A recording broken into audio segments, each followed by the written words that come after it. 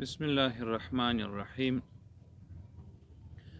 د رسول اکرم صلی الله علیه و آله وسلم د درود فضائل چې پر ده باندې کوم څوک درود وایي هغه کې ډېر زیات فضیلتونه الله تعالی جل جلاله نغښتي دي.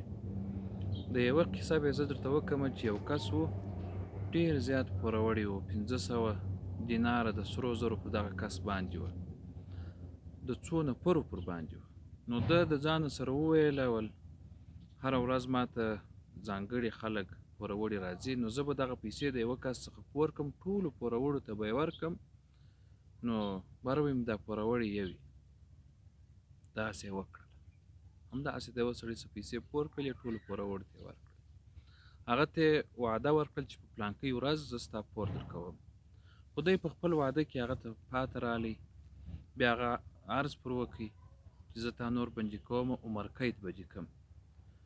نو ده قاضي ته وویله چې ته ماته فقط یوه شپه مهلت راکړه، زه یوه مېرمن لرم، بل هېڅوک په کور کې نه لرم، د هغې سره به خبرې وکړم، هغه کوم وصیت یا کوم شی چې زه ورته لرم، ځکه زه خو نور د ټول عمر دپاره بندي کېږم. قاضي ورته وویل صحیح ته ورسه، هر څه چې که یې په دا یوه شپه کې وکړې.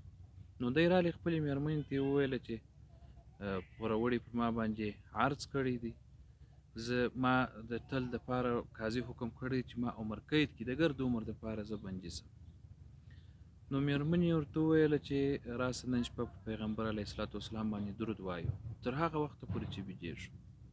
دواړو پر پیغمبر علیه الصلاة والسلام باندې درود پیل کړي، تر څو پورې دا پر نبي علیه الصلاة والسلام چې څوک درود شریف وایي یو قسم حالت باندې راځي، نو پر دې باندې هم داسې یو قسم حالت، یو قسم سکینه یا خصوصي رحمت د الله تعالی جل جلاله رالی، دواړه ویده سوي وو په دا درود ویلو کې.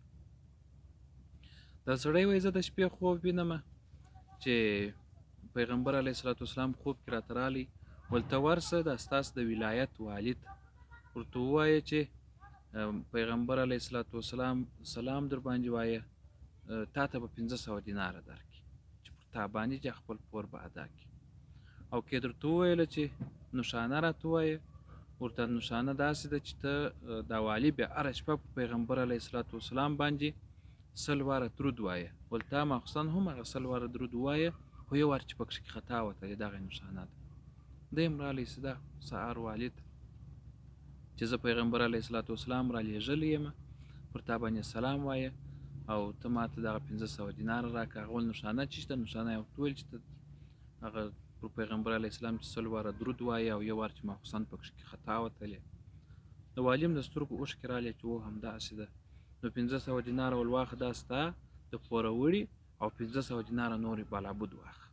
دی هم رالی ډېر خوشحاله شو، مېرمنې ته کیسه وکړله، 500 دیناره یې په کور کې کښېښولې، 500 یې پوروړي ته راوړلې محکمې ته. چې دی محکمې ته راورسېدی، هغه پوروړی هم رالی، هغه هم پیغمبر علیه الصلاة والسلام په خوب لیدلی دی.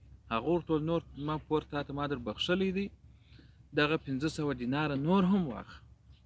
کوم وخت چې قاضي رالی، هغه په ژړا د سترګو یې اوښکې راتللې، او ویې ویله ول هغه د ده پور زه در کوم 500 دیناره او 500 دیناره نورې هم پسې در کوم. قاضي هم همداسې خبره ورته وکړه. نو کوم وخت چې څوک پر خوږ پیغمبر صلی الله علیه و آله وسلم باندې درود ډېر وایي، دغه فضیلت په دنیا او په آخرت کې داسې ډېر وي. نو که چیرې تاسو ګوره دا د پیغمبر علیه الصلاة والسلام حدیث هم دی، وایي که تاسو غواړئ چې دعا مو قبوله سي، دعا وکړئ، وروسته بیا درود شریف پسې ووایاست.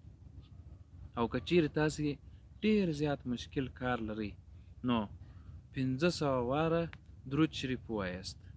که مخکې څوک 500 واره درود شریف وایي، داسې یو قسم حالت پر راځي پر دا زړه باندې، یو قسم سکون وي، د الله تعالی جل جلاله خصوصي رحمت وي.